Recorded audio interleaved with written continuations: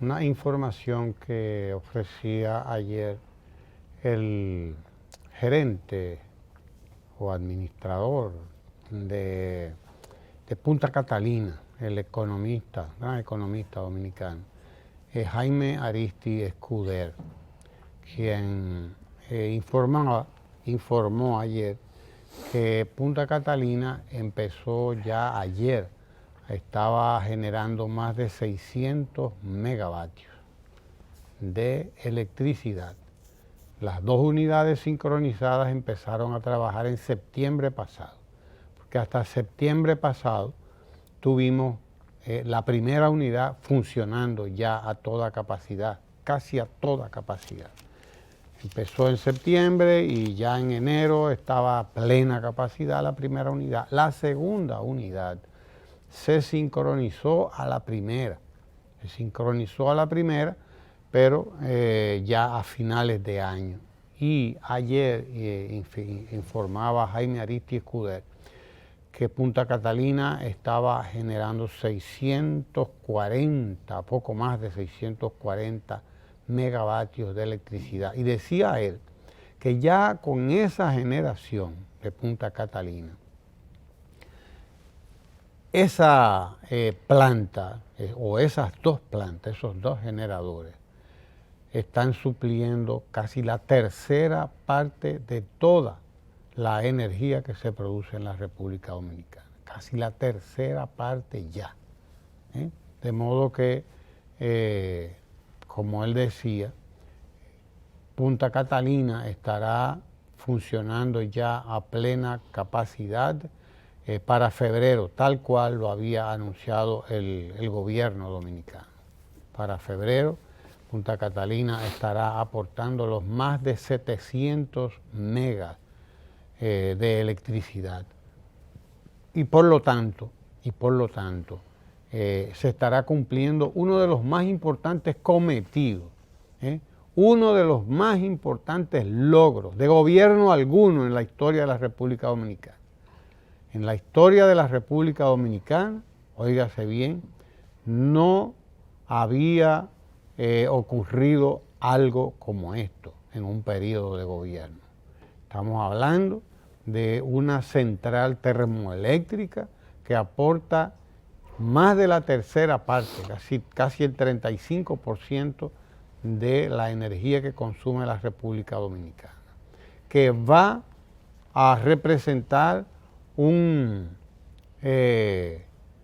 ahorro para las EDES que comienzan a desmontar el déficit, tanto en el suministro de energía como el déficit también histórico en el pago.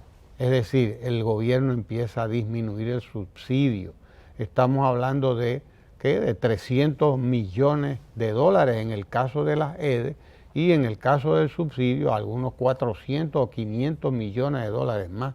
Es decir, la Hubo República años que Dominicana llegó a casi 1.000 millones de dólares. No, casi no. Hubo años en que pasó de 1.000 millones de dólares el subsidio. Hubo años, sin 2007, que fuera subsidio 2008, al consumidor, 2006. Sí, sin que fuera subsidio al consumidor. Exacto, sí. exacto. Es subsidio al generador. Al generador y al distribuidor, Y pero al nunca distribuidor. al consumidor final. Sí, buena la aclaración. Claro que sí. Subsidio al generador y al distribuidor, no al consumidor. No al consumidor. Estamos hablando, por lo tanto, de una información fundamental, positivísima, y del alcance de uno de los logros más importantes de la gestión del presidente Danilo Medina. Lamentablemente, no se podrá inaugurar Punta Catalina por ahora, hasta que terminen las elecciones municipales, serán, ¿verdad? Porque creo que la Junta Central Electoral prohibió las inauguraciones. Esa es la información que nos brindaron. Se prohibieron las inauguraciones. ¿Verdad? Están prohibidas hasta que termine el periodo electoral. Entonces habrá que esperar que se terminen las elecciones de Mire, de déjeme febrero. agregarle algo a eso que usted... Agréguele. Porque tan importante es en la visión a mediano y largo plazo del presidente de la República es poder entregar antes del final de su segundo mandato Punta Catalina y terminar esa gran operación que puede implicar, como bien se sabe, una participación accionaria de muchos, porque será un negocio para quienes estén involucrados con ello, el Estado o no, a 40 años, a 50 años. Es un negocio que usted se puede montar en él y va bien. A partir de ahora eso es lo que simplemente va a ir dejando, recuperando la inversión y dejando beneficios significativos para esa empresa, sea privada o estatal o lo que fuese. Pero yo lo que quiero agregar, Ramón, es como el presidente, que así lo planteó en España ahora recientemente, como un logro importante, es que se modificara la matriz de generación, de tal suerte que hoy, como nunca, el país está produciendo una parte, quizás un tercio ya, entre un 26 y un 30, creo que, no recuerdo el dato ahora, por distintas vías, tanto por la vía del agua, tanto por la vía del viento, y en algunos casos, por igual, por el consumo tanto de carbón como de full oil y cosas de esas, de fósiles, ¿verdad? Derivados fósiles. Uh-huh. Bien, eso es tan significativo como lo otro. ¿Por qué? Porque no ha llegado a su techo. ¿Por qué no ha llegado a su techo? Porque sí, como se ha propuesto el presidente, se avanza significativamente en la reforestación de nuestras cuencas medias y altas, es decir, en nuestras cordilleras, la reforestación, y de hecho ya hay sitios donde la primera evidencia de que el proceso de reforestación avanza es porque ya hay más agua de lo que los campesinos mismos recuerdan desde hace mucho tiempo. Todo porque ha crecido ya lo que se sembró, se están creando condiciones propicias a corto plazo incluso para que vuelva a llover sobre las cumbres y con la reforestación pues vuelvan a verse los cauces rápidos y demás de nuestras fuentes de agua, de nuestros ríos.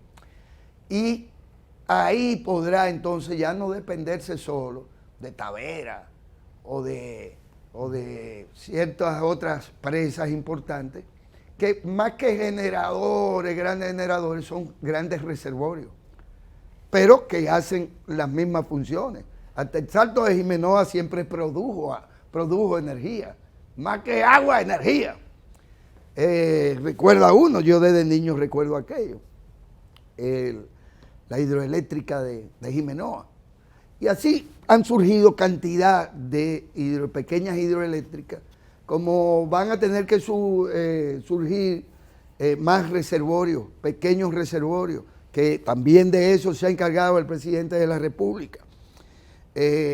Cuando todo esto se vaya de alguna manera brincando, confluyendo hacia los temas hidroeléctricos o generación de energía, junto a todo lo demás, a la producción agrícola bien pensada, orgánica, no sujeta al daño que le producen los abonos químicos a nuestro suelo, es cuando quizá vamos a ver el largo plazo o el mediano plazo de la gestión de Danilo Medina, que emprendió por voluntad política, digo, aquí hay que meter Catalina, pero aquí hay que hacer esto y aquí hay que hacer aquello, y todo eso nos va a dar un país distinto, porque el tema del agua va a seguir siendo a nivel de la humanidad, del planeta, incluso motivo de guerra, porque hay hasta cuestiones de tipo humanitaria. Si en Haití no llueve y no hay agua, ¿qué es lo que va a pasar? ¿Que se van a morir de sed? No es verdad. No es verdad que se van a morir de sed.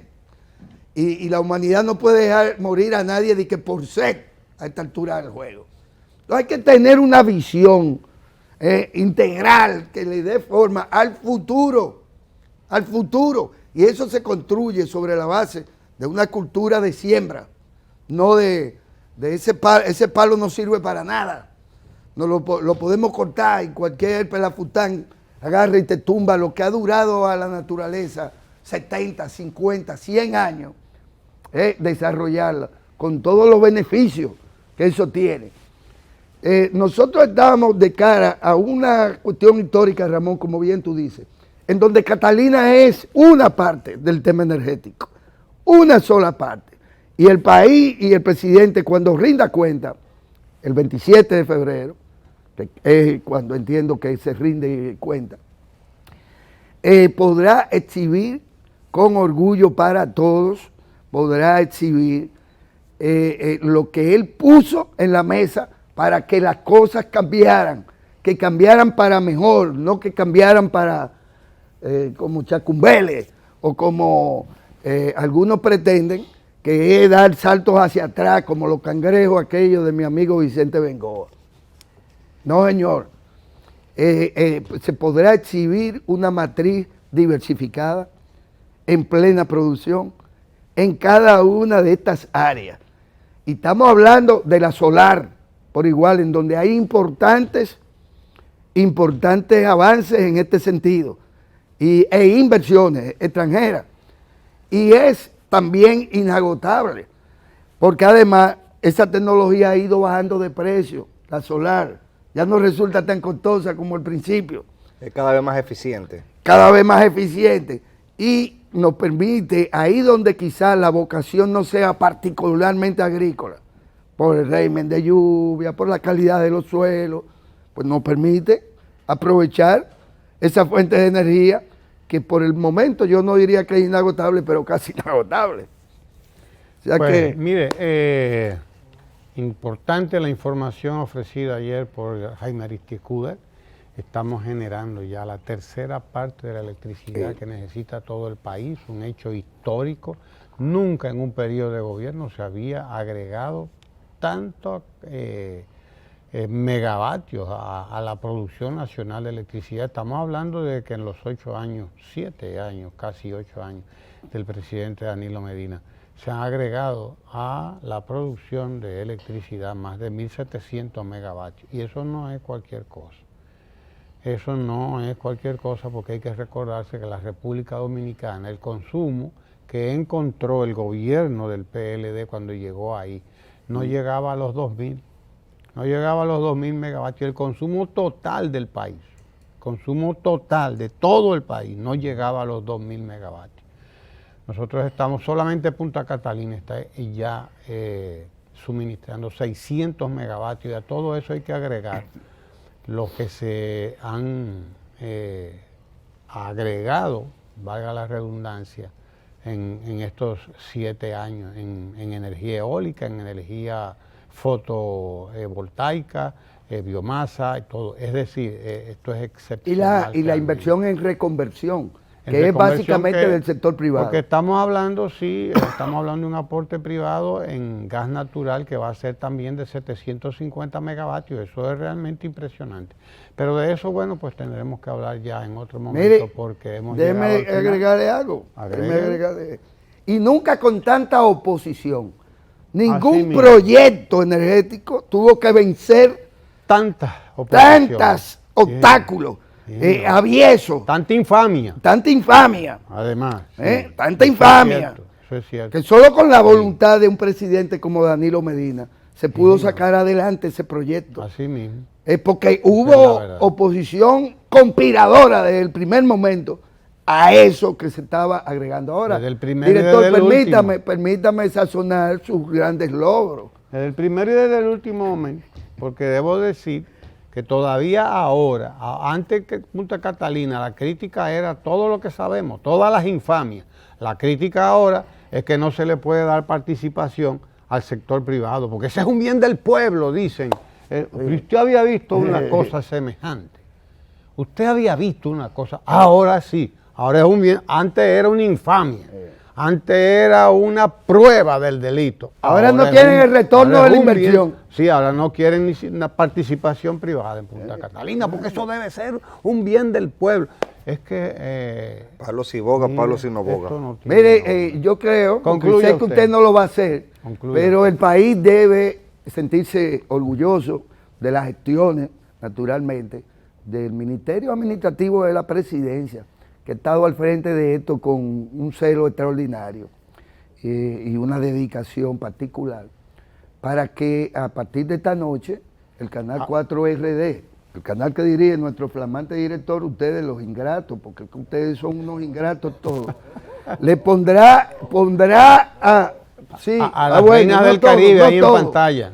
No todos son ingratos, esta noche menos las mal. Reinas del Caribe ahí en pantalla. Dígalo. Sí, a las 7 de la noche. Sí, y tendremos la inauguración de Norseca, el torneo de voleibol, que es además clasificatorio para las Olimpiadas de este año en Japón. Claro que sí, clasificatorio para las Olimpiadas de este año en Japón. Así que esta noche a partir de las 7 tenemos aquí con nosotros a las Reinas del Caribe enfrentándose al equipo de México. Creo que es con México que juega esta noche.